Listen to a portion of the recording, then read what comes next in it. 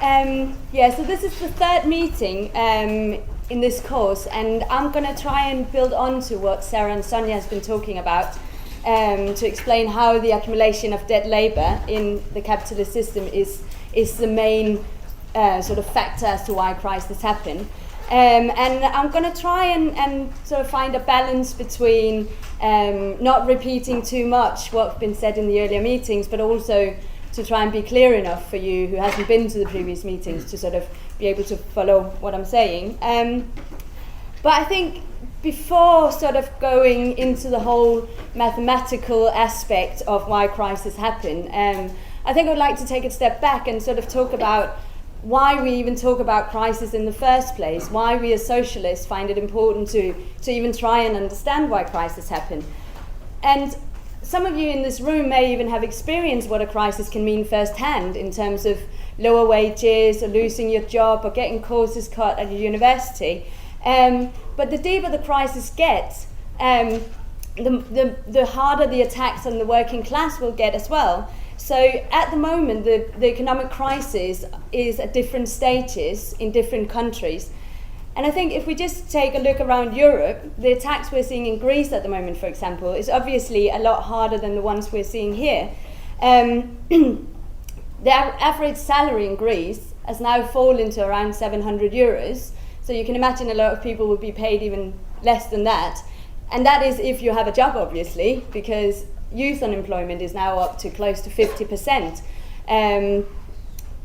And these are some of the effects that a crisis can have. You know, people are denied vital medicine, cancer patients cannot get the medicine, AIDS patients cannot get the medicine, prices for essential needs like electricity, heating has gone up massively. And this is actually reflected in the suicide rate as well, which has gone up. And I'm just going to read out a note that one man left from Greece. And he said in his suicide note, he said, "My credit card is over the limit. I'm paying 22% interest, even though the bank gets the money at 1%. Can anyone offer me a solution? You, the world's powerful, you should be hanged for the crisis you produced, and hanging is not enough." And I think this is sort of the desperation that a crisis can drive normal people to. And even in this country, a week ago, a man set himself on fire outside a job centre in Birmingham because his benefits were being cut. And I think that's sort of the context. I mean, I'm sorry about this bit gloomy introduction, but I think it's quite important, even though it is an economic course, to sort of understand the framework and the context that we are talking about these interesting mathematic phenomena and U-shaped curves in. So the reason why we talk about crisis is because it does affect normal people's lives. Crises always mean that working class has to pay. Even though we are constantly told, we're all in this together, we all have to tighten our belts. But I'm sorry, it's mad to suggest that a crisis would affect a cabinet of millionaires or Bob Diamond in the same way that it has affected this Greek man leaving the suicide note. Because the fact is that since 2008, the 5% richest people in this country has only gotten richer. So they're clearly not suffering from this crisis. So that's why it's important to talk about it, because it does intensify the attacks on the working class. It also can sort of have the consequence that normal people will get a lot more politicized, will get a lot more radicalized, a lot more ready to fight back against the system that sort of imposes all these cuts and decreases their everyday life. I mean, in Greece, they have had 20 general strikes since the crisis happened. And I think before I go over to talk about sort of my part of the course, I just wanted to recap the most important points from Sonia's meeting and from Simon's meeting. And the first one is that you have to keep in mind that all value stems from living labour. Human beings, from workers, we are the only ones who produce value in the capitalist system. Oil, raw materials, machines, they don't create any value themselves. Raw materials, unless they are processed, or machines, unless they're managed by workers, they don't create any value. The second point is that capitalists, through the drive to accumulate more and more dead labour, they undermine their own profitability. So those are the two things, I think, the sort of key points to understanding most of what I'll be talking about. And I will argue throughout this meeting that the capitalist system is in crisis in two ways. A long-term crisis that sort of started with the birth of capitalism, that has to do with the tendency of the rate of profit to fall, that Sonia talked about, and another crisis as the one we're in now, that can get different names like the Great Depression or oil crisis or subprime crisis, as this one has been named. So, capitalist system goes in and out of crisis. There is a cycle to it where you see slumps and booms. And before I explain those two types of crisis, I just want to make another point clear, which is that opposed to sort of classic economists or Keynesian economists, we as Marxists understand crisis as built into the capitalist system. I think when this crisis came about, it was a quite common argument saying, oh, it's because of the greedy bankers on the top.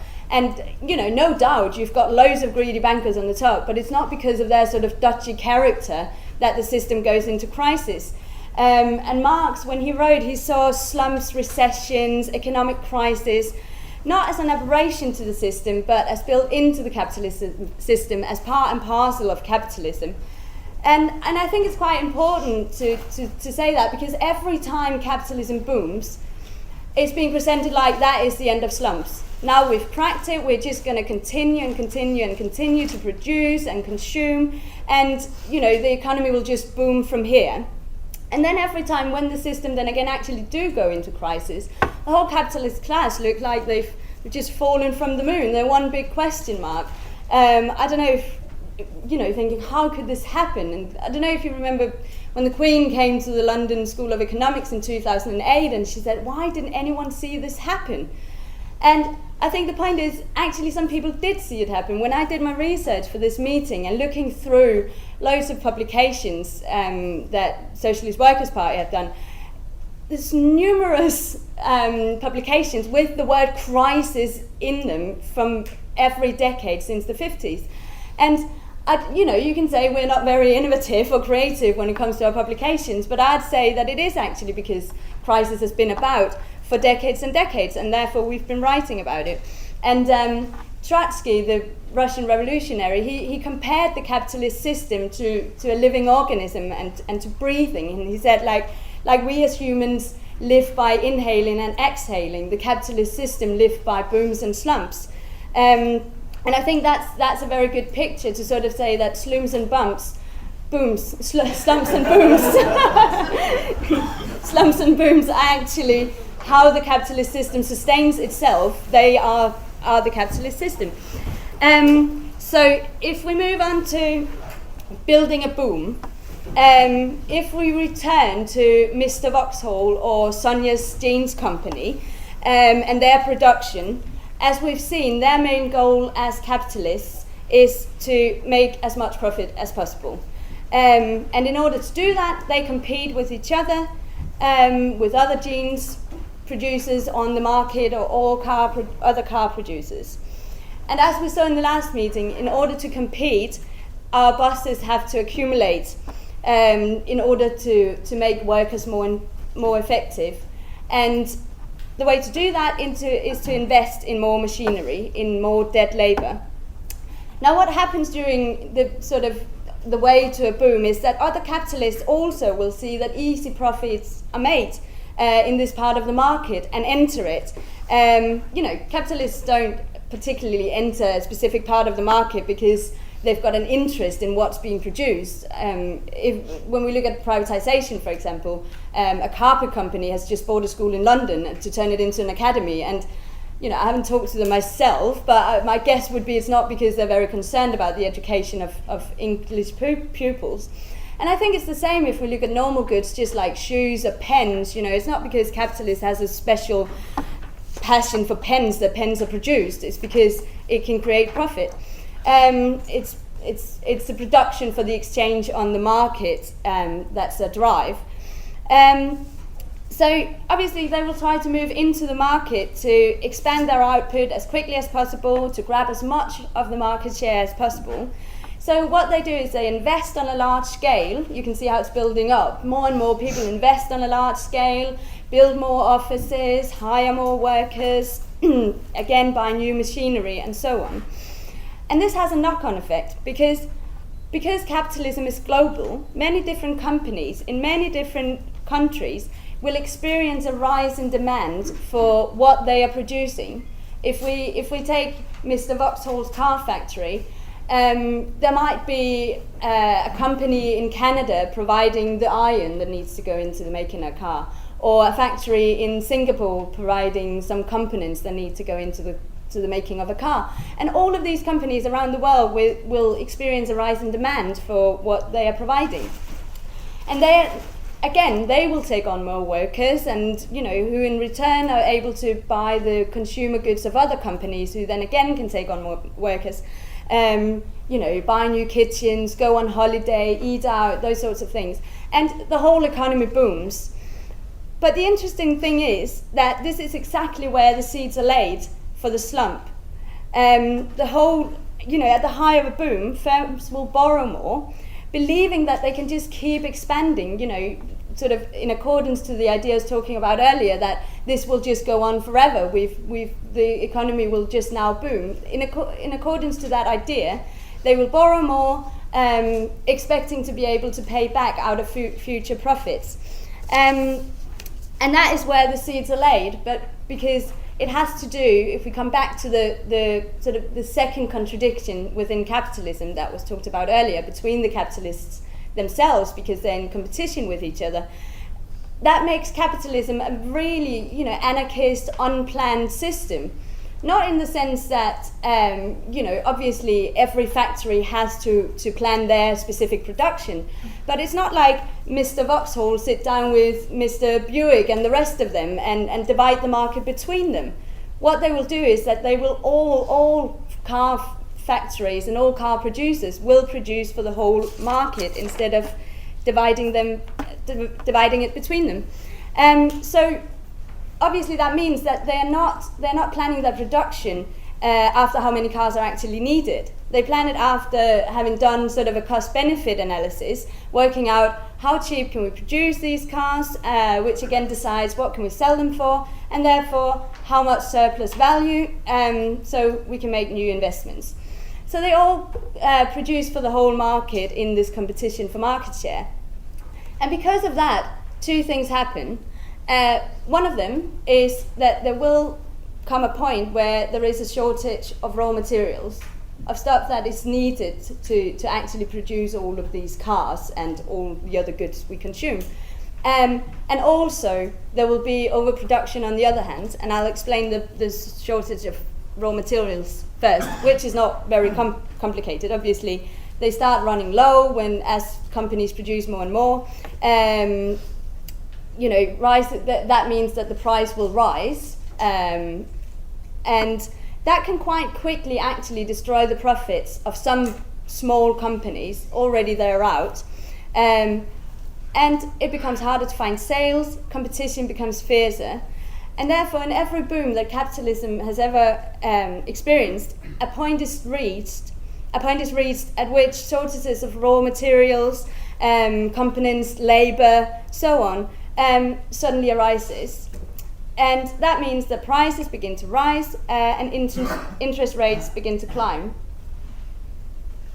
Right.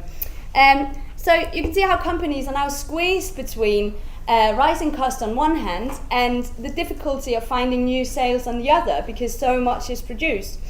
So at the same time, once the rate of accumulation slows, the system as a whole starts to struggle to consume everything that's produced. And if the workers cannot afford to purchase the sort of all the output of the system because the consumption is restricted by their wages, a capitalist don't expect to make money or make more profit. They won't invest anymore, and that becomes general overproduction. They've basically produced more than they can sell, and this means that loads of capitalists will have a lot of value stuck in goods that they cannot get rid of. And it's a bit absurd really, because obviously in previous time it's always been a problem that not enough was produced, people would starve because there wasn't enough food. People wouldn't have a place to live because there wasn't enough materials to build houses, or they couldn't get hold of them. So the sort of term overproduction can be a bit deceiving, because obviously in our part of the world and in the capitalist system, you've got overproduction on one hand, but obviously on the other hand, you've got people who desperately need what is produced. You can have an overproduction of grain, but obviously people are still starving. So clearly what they mean when they say there isn't a demand for what we're producing, there isn't a demand for grain or for food, obviously what they mean is that they cannot sell it for the price they want in order to make the profit they want. It's not because people don't need it that there isn't a demand for it. And I think an example is Vestas, the company that makes wind turbines. In the middle of a climate crisis, they shut down factories all over Europe saying there isn't a demand for wind turbines in a time where we desperately need them. But obviously what it means is that it's not profitable for them to produce them. It's lost its exchange value. And Engels, Marx's longtime companion, described the capitalist mode of production as one that sort of is leading to what he called an epidemic of overproduction. And I think in that situation, there's only one way that capitalists can protect themselves, and that is by cutting back production. And that means obviously not investing in new technology, sacking workers, shut down plants, and in so destroying again the market for all companies delivering to their specific production. And you can see how that we're now closer and closer to the actual slump where everything goes wrong, because this will be a downward spiral, just dragging a lot of companies with them. You can see how if we go back to the car factory again, if the car factory has to shut down, obviously all the workers mining the iron ores in Canada will be sacked as well. All the workers working in the factory in Singapore providing the components will be sacked. And the thing is, so it goes down, but the system doesn't collapse, does it? It's not like it just goes down and down and down. Sorry, I just need to... Yeah, and I think in that sense we need to come back to the example Trotsky made by saying inhaling and exhaling, because we could potentially imagine if this just continues, then obviously the capitalist system would just collapse, it would end itself, but because of this downturn, as the seeds for the slump is laid in the boom, so are the seeds laid in the slump for the next boom. Because what happens is when a lot of companies go bust during a slump, the companies that survive can buy them up really cheap, and in that sense, get more capital for free, almost free, very cheap. And that means that they can sort of gain some confidence again, they can start investing a little bit, take on some more workers, all of this, and then slowly the economy will get back on track. The demand will grow again for raw materials, which are now available again as well. And then the economy starts growing again, people get jobs again, can consume again, and then the cycle has finished. We're now approaching a boom again.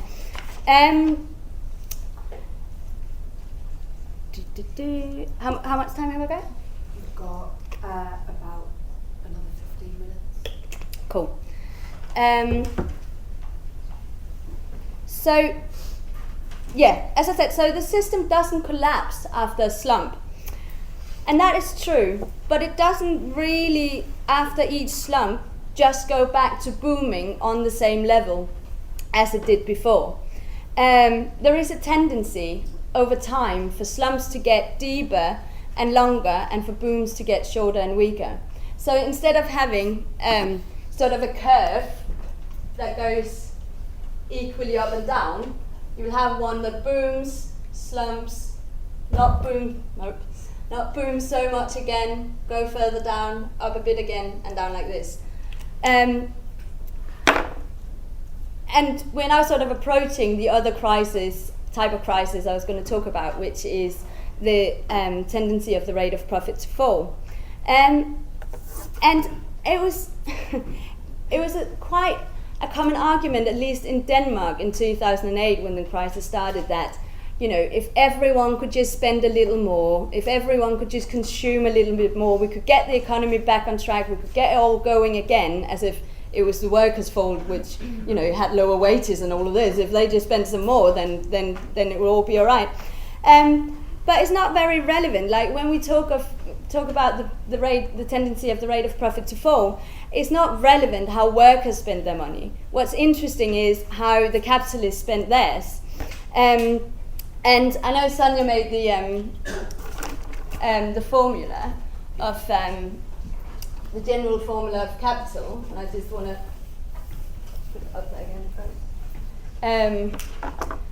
So I might be repeating some of the stuff Sonja said in the last meeting, but there might be some new people here, so I think it's okay. You've got a general formula of capital that basically says a capitalist starts out with money and invests them in order to produce some commodities, and then sell the commodities and get more money. So obviously you want to end out with more money here than you had here, otherwise you're out. That's cozy. So much of the capitalist money will be invested back into the production process.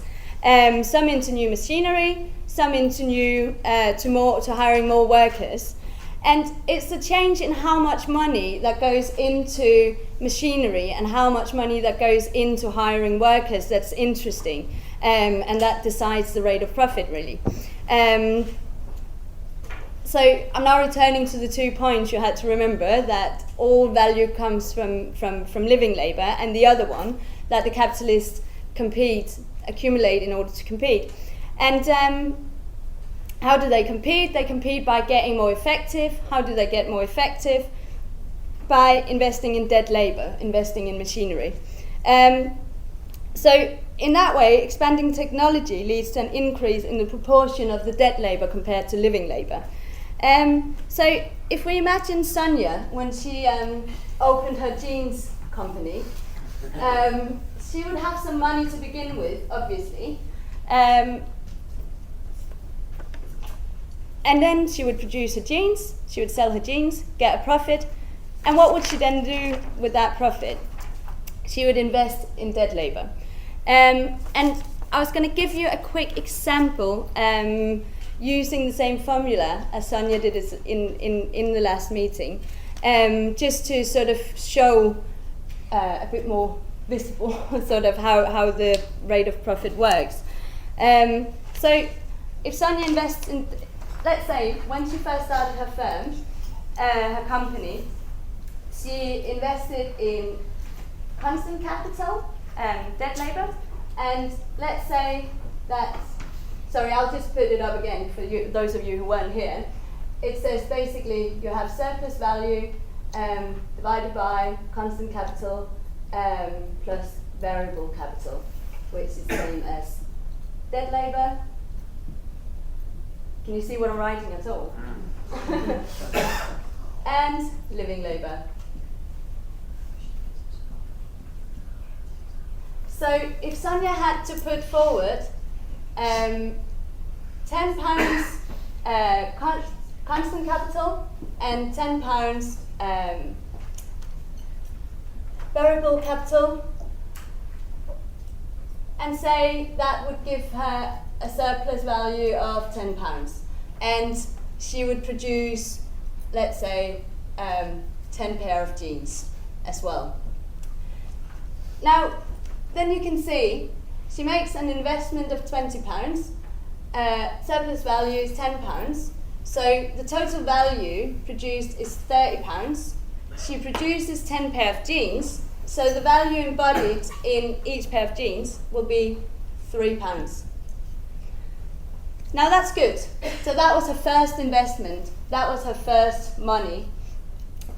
And she's now sold her jeans. She's got more money she can invest. So she will invest in more constant capital. So let's say we change this to now £20. And those two stay the same. then you can see how now this means that we have to divide by 30 instead. But obviously her production gets more effective, so maybe she now produces 100 pair of jeans. But then clearly, because the total value produced is now £40, she produces 100 pair of jeans, so it's now down to 40p, the value that's embodied in the jeans. Does this make sense? Yeah? Otherwise we can talk more about it in the discussion. The interesting thing though, and the whole reason for this example, is to see what happens to the rate of profit. In the first example, she would get £20 investment, £10 surplus value, a profit rate of 50%. The second one, she would make a £30 investment, still get £10 surplus value, and that makes a profit rate of 33%. And that is basically how it goes down. When you invest in more dead labour, it forces the prices down, and when the prices are forced down, the profit rate is forced down. Because you can see to begin with how it would make sense if she's now got the value embodied in her pair of jeans that are 40p. The rest of the capitalists, Lee Company, all of them, still use the old technology, and therefore they will still have to sell them to close to £3. She can now slightly undercut that price. So to begin with, you can see how it makes sense. She would make a huge amount of profit because the value is actually only 40p. So for her that makes sense.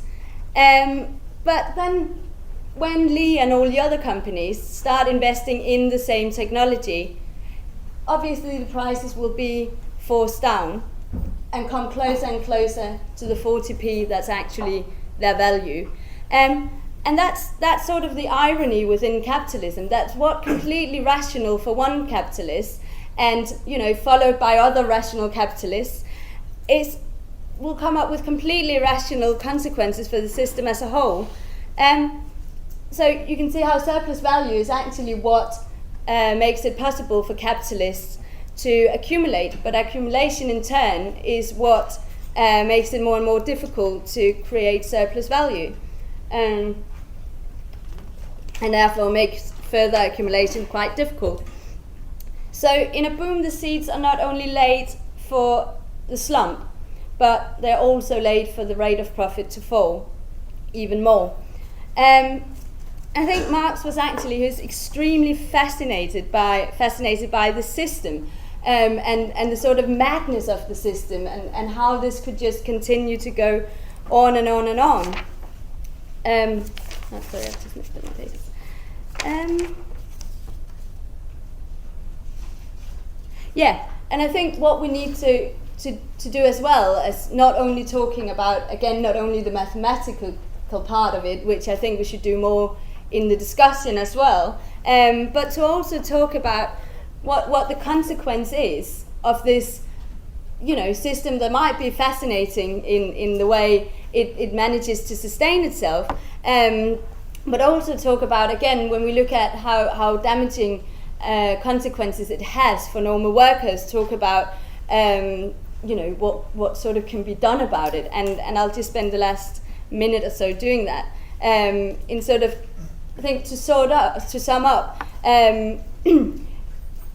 when we see the rate of profit falling over time and slumps get worse and worse, I think it becomes more and more clear the contradictions within capitalism, that they cannot be solved within the capitalist system itself. The attacks on the working class will only get fiercer and fiercer the more slumps we see and the more the rate of profit falls.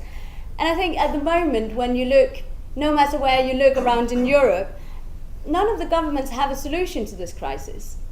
They don't know what to do about it, whether we have conservative governments or whether we have social democratic governments. They don't have a solution, especially not in the long run.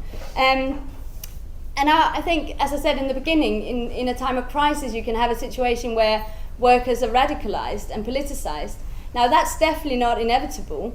A lot of normal people can feel demoralized or powerless against this whole machinery that's exploiting them or oppressing them. But I think, as we have seen as well, sometimes workers actually do unite and fight back. We've just had the revolutions in the Middle East, we've had the general strikes in Greece. And I think as socialists, we have to look at that.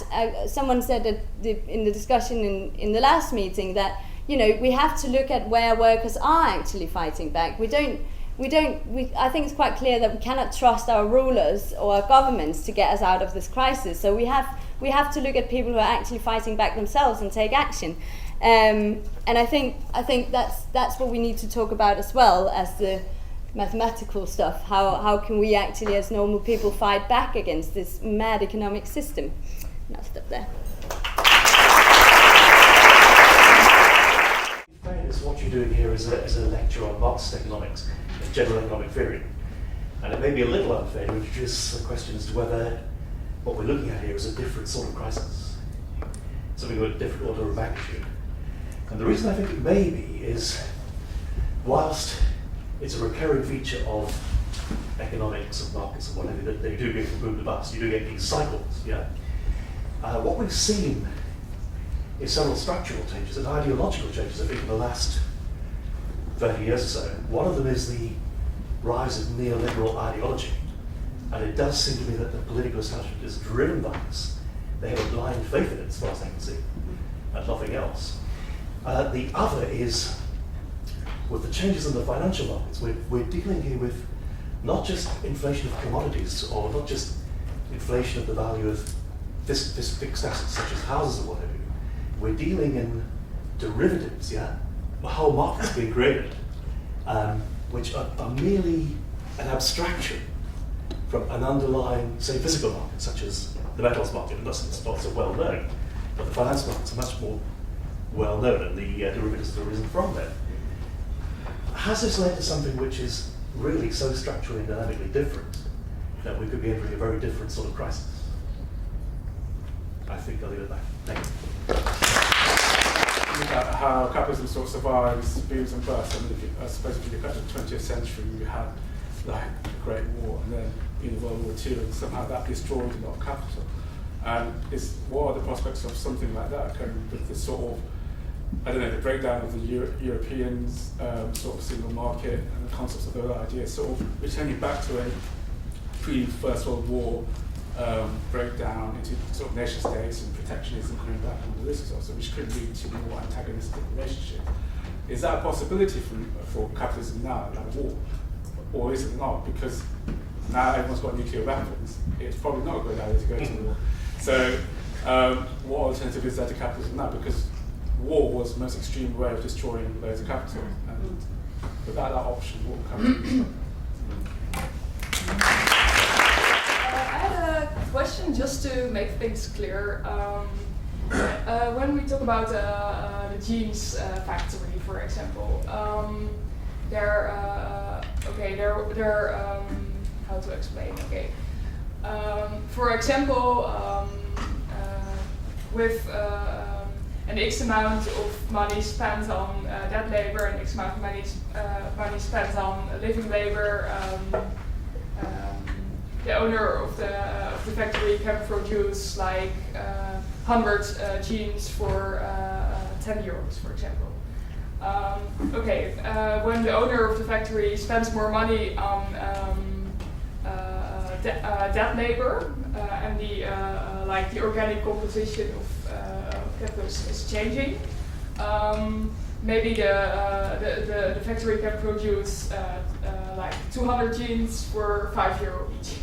But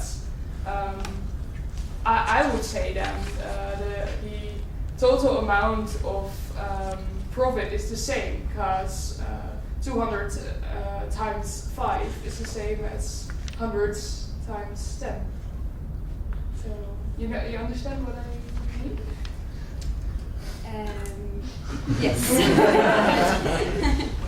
Yeah. million shares for Facebook.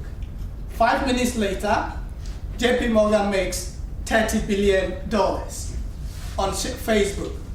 How do we address that with our equation of this? You know? So here, our commodity is absent with the stock exchange. So what I think Marxists have to understand and we have to address is the current financialization of transactions of trade, where there is no commodity but money to money and more money. And that's where the crisis is now. And we need to focus our discussion on this. Thank you. There's still that accumulated capital.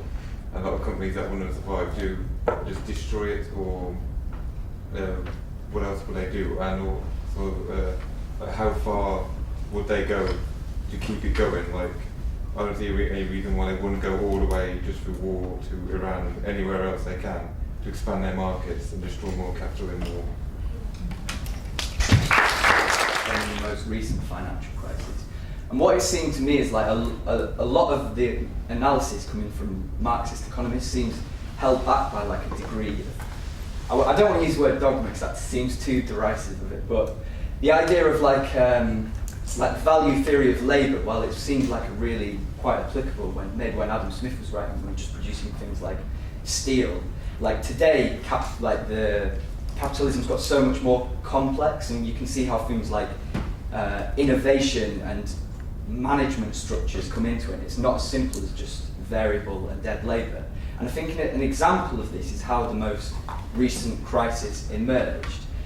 So modern capitalism, it seems, has got so complex that it needs this really highly complicated financial market to correctly price credit and investment and all these kind of things. And so when there's a glitch in this financial aspect, it then has knock-on effects in production, which seems to be the opposite of what the law for the tentative rate of profit to decline would imply would happen. I mean, if we followed this theory, you'd think that the crisis that we'd seen most recently would have emerged in the productive sectors, where we were struggling to get profit, then affected finance, which according to the Marxist analysis is sort of like a parasite or something on top of the productive sector. But it seems that it's been the other way around. The glitches in this highly complex financial system has caused problems in the productive sector. I don't know what you thought about that. Explains is the only theory that can explain the current crisis coherently. And the reason why, let's start off with neoliberalism. I think that neoliberalism, as it started in the mid-70s, is actually a way of trying to escape this tendency of the rate of profit to fall and restoring profitability. And if we look at what happened in that period, if, for example, the decline in wages throughout that period until now, and for example, phenomena such as privatization and liberalization and financialization, these are all ways of trying to escape the crisis of profitability.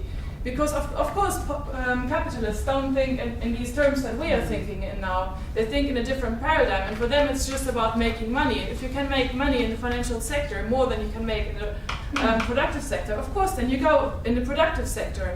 But actually what you do is you, for example, if you buy stocks or if you buy bonds from a government or stocks then you basically speculate on future revenue that has not been made yet. And what you get there is speculative bubbles, and like basically expecting that there will be a lot more revenue than actually is.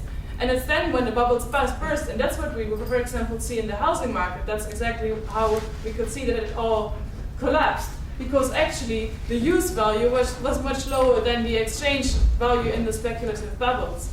So actually it fits all very neatly together. But just like with money, it seems that like the financial sector creates value itself, and this is a value in itself, and bonds appear to be a commodity, whereas they're actually not. They're just a speculation on how much they can exploit the workers even more. So to sum up very briefly, whereas the financial market seems to have a dynamic in itself, it is actually related to the productive sector. How would you get out of the system of continually the cycle?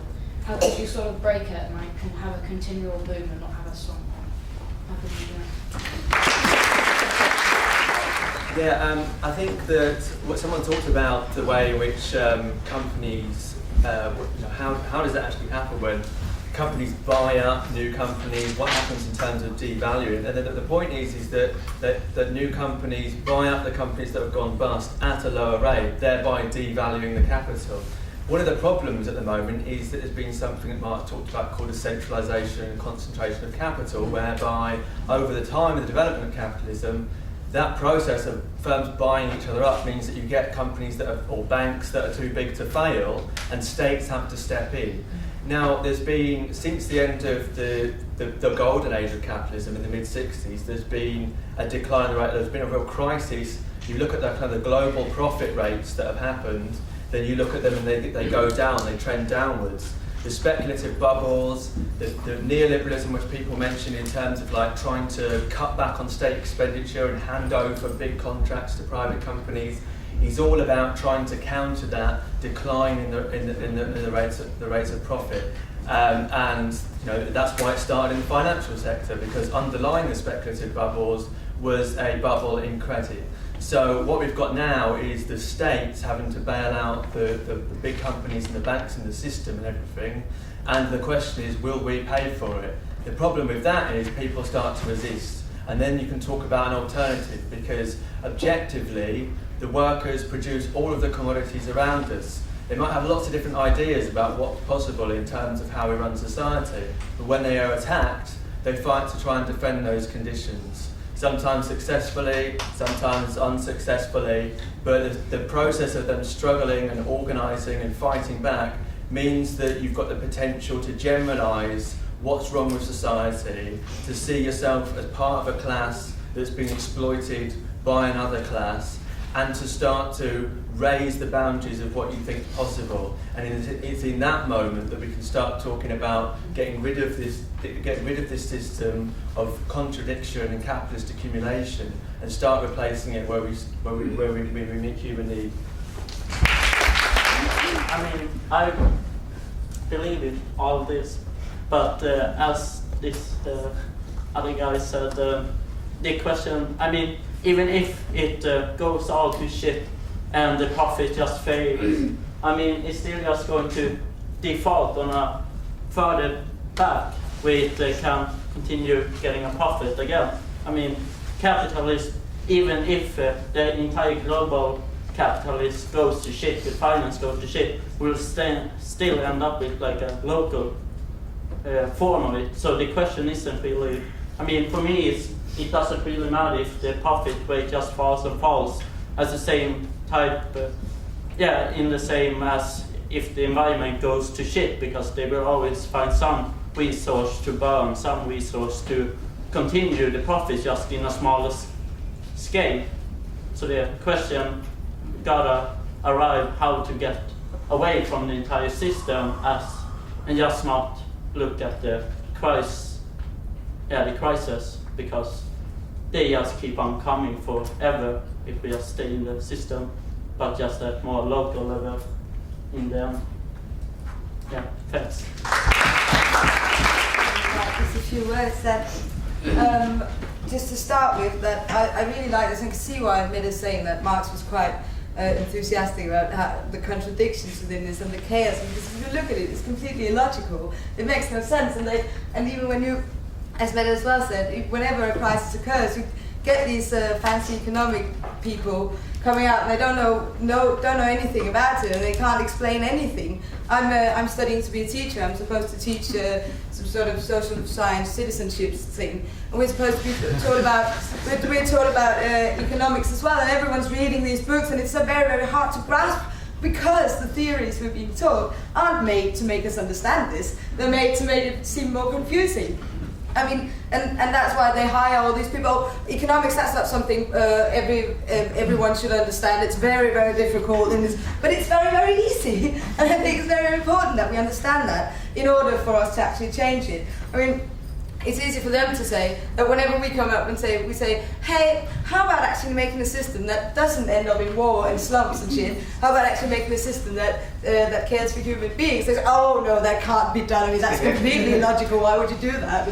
Instead, they give us this. But for the comrade who asked how are we going to change this, I mean, how do you see us coming out of this?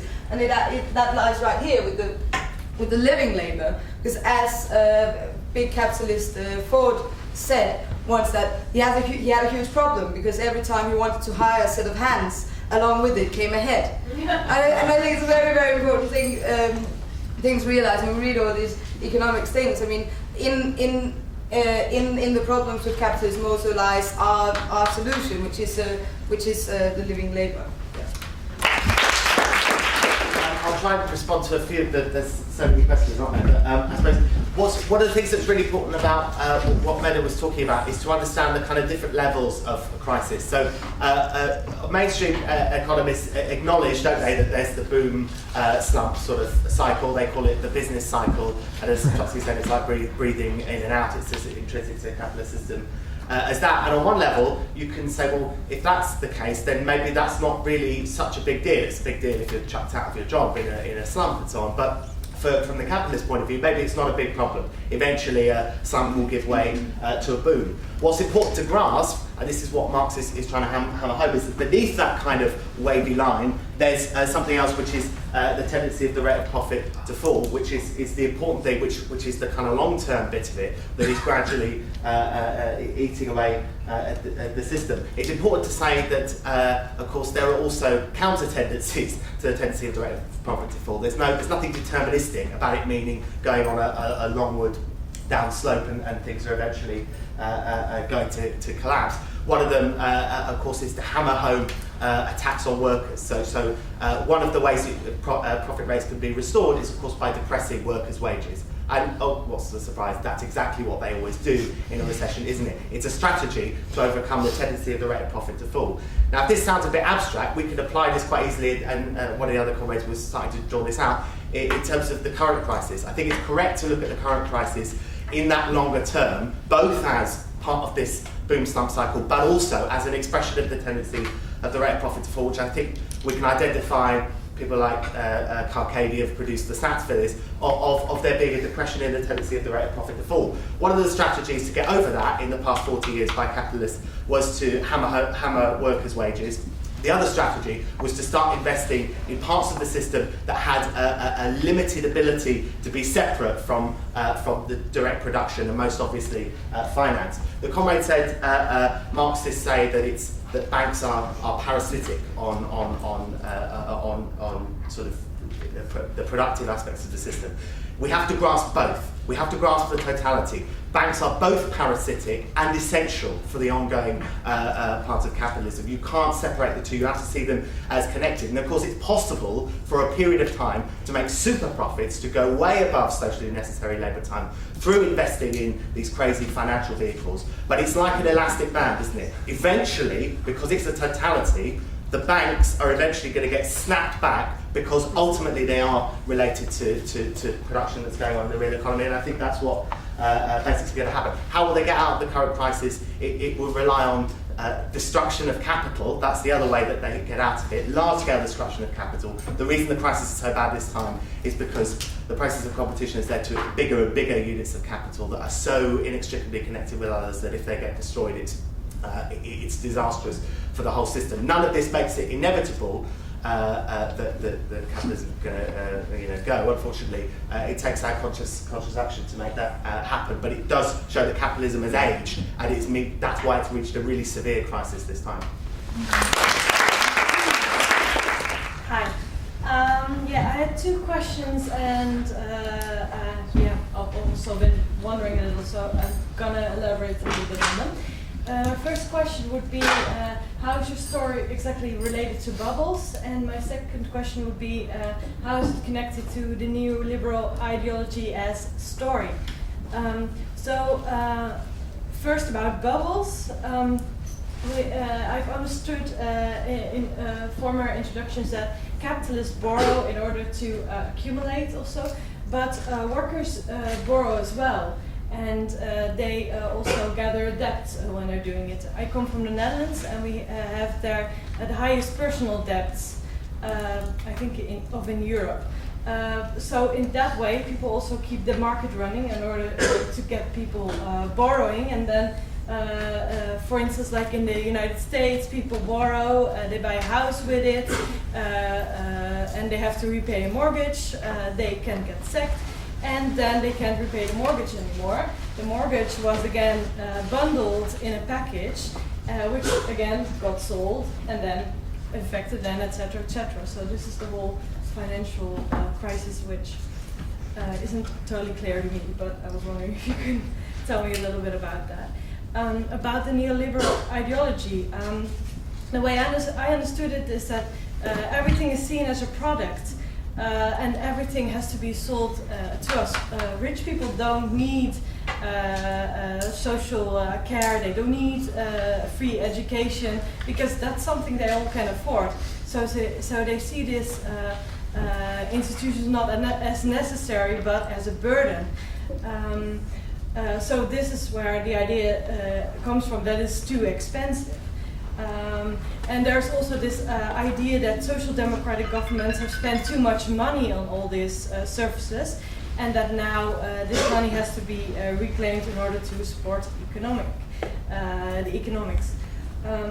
For instance, when I'm selling the Socialist newspaper, somebody can walk by and say, "Well, you're socialist, so this is your crisis.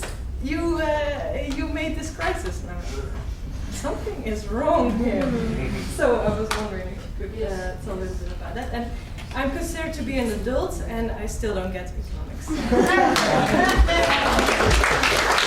Let's just come back on the question about capitalism being anarchic, and then also the stuff around the rate of profit as well that you raised, this comrade here raised earlier about what you put in and what you get out.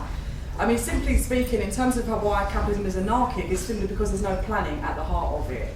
It just responds to various different stimulus. There's no essential plan. That's all that's really meant by the sense that it's an anarchic system in that way. In terms of the rate of profit stuff, and I think it's quite clear to see how this happens. I think I wasn't here for all the introductions, so I'm sorry if I either confuse or repeat stuff that people already said. But the example used about the jeans factory or whatever. I mean, I think the thing is if you have an increase in demand, I mean, they're always basing their production on previous years' demand, for example. They can't necessarily project ahead in that way. They're looking at what's gone in the past. So if they have an increase in demand for jeans, say about 30% increase in demand, and let's just say for argument's sake you have 3 jeans companies A, B and C, they're all going to try to increase their levels of supply to the market to reach that 30% level of demand. So they're attempting, all 3 of them, then start to invest in more machinery to make their workers more productive in order to increase their levels of supply to the market. But the most common sense thing would be to say between 3 companies, they all increase their supply by 10% each, rather than all attempting to increase it by 30% to reach the demands of the market. So what you then get is a crisis of overproduction, because actually all 3 companies are trying to put in to do it, and they end up producing more than actually is being demanded in the market. What does that mean? If company A is less efficient than company B or C, then actually companies B and C are going to, company A is going, they're not going to be able to sell or so on. They haven't increased their production in such an efficient way. That actually these are one of the people that are going to go into the wall. As they go bankrupt, for example, that companies B and C buy up their capital on a cheap basis in order to increase their productivity. But what you see across the system as this happens is that for each individual worker that works in those jeans company, the level of machinery and dead labour that they work on in order to increase their productivity increases. So if you look across the economy as a whole, you have one worker at the beginning of this process who maybe works on 1 or 2 machines. By the end of the process, you have one worker working on 3, 4, 5 different machines, for example, to increase their productivity. The problem for the capitalists is that their point of profit is the living labour, but they have to invest more and more in the dead labour, in the machinery, in the constant capital in order to make that labour more productive. And therein lies the rub in it. They cannot get out of this system of having to compete with each other. They cannot get out of the dynamic of having to invest in constant capital to increase the profitability, to try and increase their profitability and their market share. But the result is that their profitability goes down. And it's been going down for a long time. And neoliberalism is a response to the decline in profit that happened after the slump in the late 1960s. That's their attempt to squeeze more money out of us. But the more you see these companies increasing, so you have less companies coming out of each of these slumps, it means that they become more interlinked with each other. The financial crisis therefore can have more of an impact because one company goes bust, it affects the banks, it affects how they lend to the next company. So the financial markets and a normal production are intrinsically linked, and they're both affected by the same problem, which is a declining rate of profit. It's just a question really. During the current crisis, we often hear calls to nationalise the banks. I wondered if a left-wing government took power in Greece, for example, and nationalised the banks, what effect would that have? And the other question was, what did the Bolsheviks do when they took power regarding the financial system? How did they protect, because obviously they come under onslaught from international capitalism. How can you protect yourself in the transition phase, you know? It will be the female comrade at the back. I just have a comment to this young man saying he didn't understand anything about economics, but wanted to have an answer about how do we end this up and down from boom to slump. I think we have to understand that this moment we are living in right now with a global economic crisis is also a political crisis, and that's a very important thing, because today most people around the world will say capitalism is not working. Today the only answer from our rulers in our countries where we come from is like saying we have a race to the bottom. If the German government cut down on wages, the Danish government, from where I come from Denmark, we also have to cut the wages, have to cut pensions to compete. And this makes a big crisis.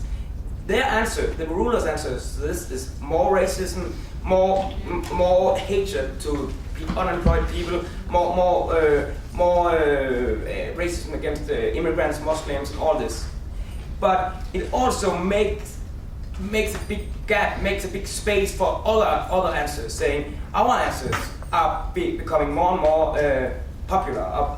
The possibility for all our answers is the space of opening up. Our answers are saying what is going on in Greece, what is going on in Egypt, people who are demonstrating, people who are striking, people who are occupying the factories and workplaces. They are that is our answer. We have to build confidence from below, because they need us, but we don't need them. It's just a question. I'm very ignorant about economics and Marxist theory, so I've just about managed to grasp this concept that it's kind of about the constant accumulation and then the overproduction, that you have these crises in individual companies. So my question basically is, what actually is the alternative? Because presumably in a non-capitalist economic system we still need to produce stuff like jeans or whatever. So how does it actually work on the level of the company that you don't have this process happening? Like does it require planning, as somebody alluded to planning on a national scale? And linked to that, are like cooperatives somehow different to this? That we have John Lewis and stuff, which I know are cooperatives, and I wondered whether they have a different process somehow which stops them running into these difficulties. I think we need to start with sort of saying, where does money in the bank come from? Why is it that banks can actually lend money? Where do they get the money from?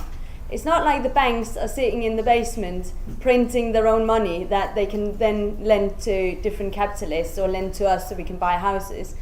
All money in the bank is always a result of someone's labor. It's money being put in the bank that's been created by someone who went to work and created some value. And I think that's important to say in terms of talking about whether this crisis is different. I will say there is a meeting tomorrow on the crisis now, this particular crisis we're in now. So I think a lot of people asking questions about financialization and stuff should go to that, because that will explain a lot more in depth what's going on this time around specifically. But I mean, the thing is, banks can lend out the money that they've got. In America, for example, it's a rule that banks can lend out 90% of the money they get in. So every time they get $100, they have to keep 10 in reserve, and then they can lend out 90. Obviously, if you lend it to someone who then will lend it to someone else, the next bank can lend out $81, so on. Now, no value is created here. No more money is created here. So what you're basically saying is to leave this out.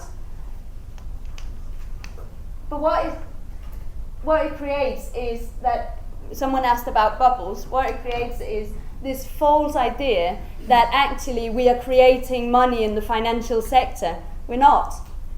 There is no, because this link is missing, because nothing is produced, no value is created. And I think it's quite, someone made the point about saying, we cannot separate the financial sector and the actual market. The only reason that the banks are lending money to people is because they're counting on money to come back in. And in order for money to come back in, they are reliable on people actually going to work, living labor, going to work and creating value. Otherwise, they do not have any money.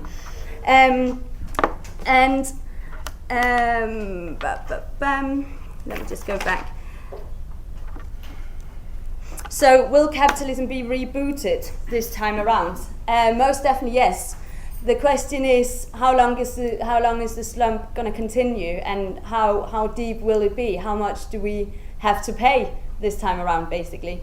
Because it's, as I said earlier as well, it's not like it's just a downward spiral, and the profit rate will continue to just fall, go bust us down to the floor, and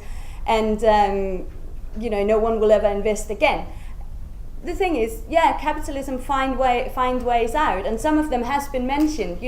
Bring up the potential of war. I don't see another world war right around the corner, but I do think that our rulers have proved when their position is threatened. We saw what they did in Libya recently. They do in a geopolitical interest. They are ready to go to war. I think they've proved what they're capable of doing if they feel threatened. And I don't think that's going to be the case this time around. As has been pointed out again and again, obviously the working class is paying now. Lower wages, benefits are being cut. That's a very smart way out for the capitalist class of a crisis. It's a lot less expensive for them.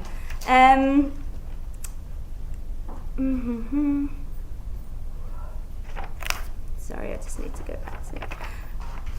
Yeah, and then I think it's a very interesting question. Someone asked about, in a socialist society, how would we produce? And I think it's quite important because it's often being used as an argument against socialists, as saying, you just want to go back to the Stone Age and look what capitalism has given us. And the first thing isn't true. The second thing is true. Capitalism has provided a lot of stuff for us. And the thing is, the way we would produce in a socialist society would be to leave out this bit. We do not need the surplus value. What we do today is every time we go to work, every day we go to work to produce profit for someone else who's our boss. And we'll take that surplus value, invest in something, but take the profit and put it in his pocket. Now, in a socialist society, no one needs profit. What we need is to produce for what we need and not produce for profit. So what we would do is actually, as someone said, plan the economy. So we don't have 5 companies producing for the same market share, but so we have, there is enough stuff in the world to provide everyone with clothes, food, so on. So we will produce what people need and not produce for someone's profit. So the whole element of accumulation and the whole element of competition would disappear, and you would have workers deciding what do we want to produce, how much and why. 2 minutes, shit. Right.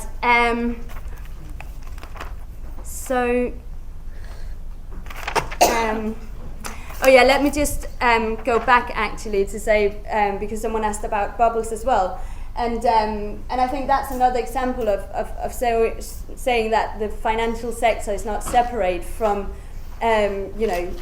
what we manufacture or what we produce. Is to say, obviously, when the banks, as less and less is produced, prices are rising, so on, the banks start worrying, are they actually going to get the money back that they lended either to companies or to people who went and bought a house?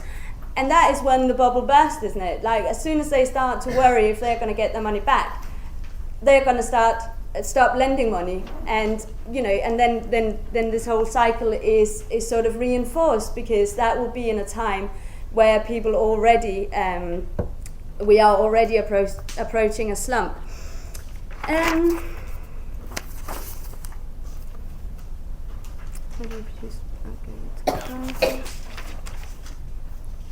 Oh yeah, and I think as well that in the transition period of sort of going over to a completely different mode of production, because I think what we are talking about, if we produce in a socialist society, obviously someone raised the question, well, how do we sort of make, we are approaching here that, well, to do that we need a revolutionary process, and someone said, how do we protect ourselves in that process of going to that? And I think it's quite important again to say how much our rulers are capable of and how much they will fight back. If we do try and take power of our workplaces, whatever, we can be sure they will fight back. And I think that's sort of the situation we're seeing in Egypt or all the other countries where normal people are actually trying to take power, that they are being highly oppressed and the state is fighting back. And I don't have a complete answer as to how do you protect yourself in that situation, but what I will say is that I think it's quite important that that we make sure that in that situation we've got loads of left-wing socialists who are capable of taking these discussions with people in the workplaces, in the universities, and so on. So I think that's why it's important that we also are aware of the mathematical aspect, so we can explain in depth why these crises come about. Thank you.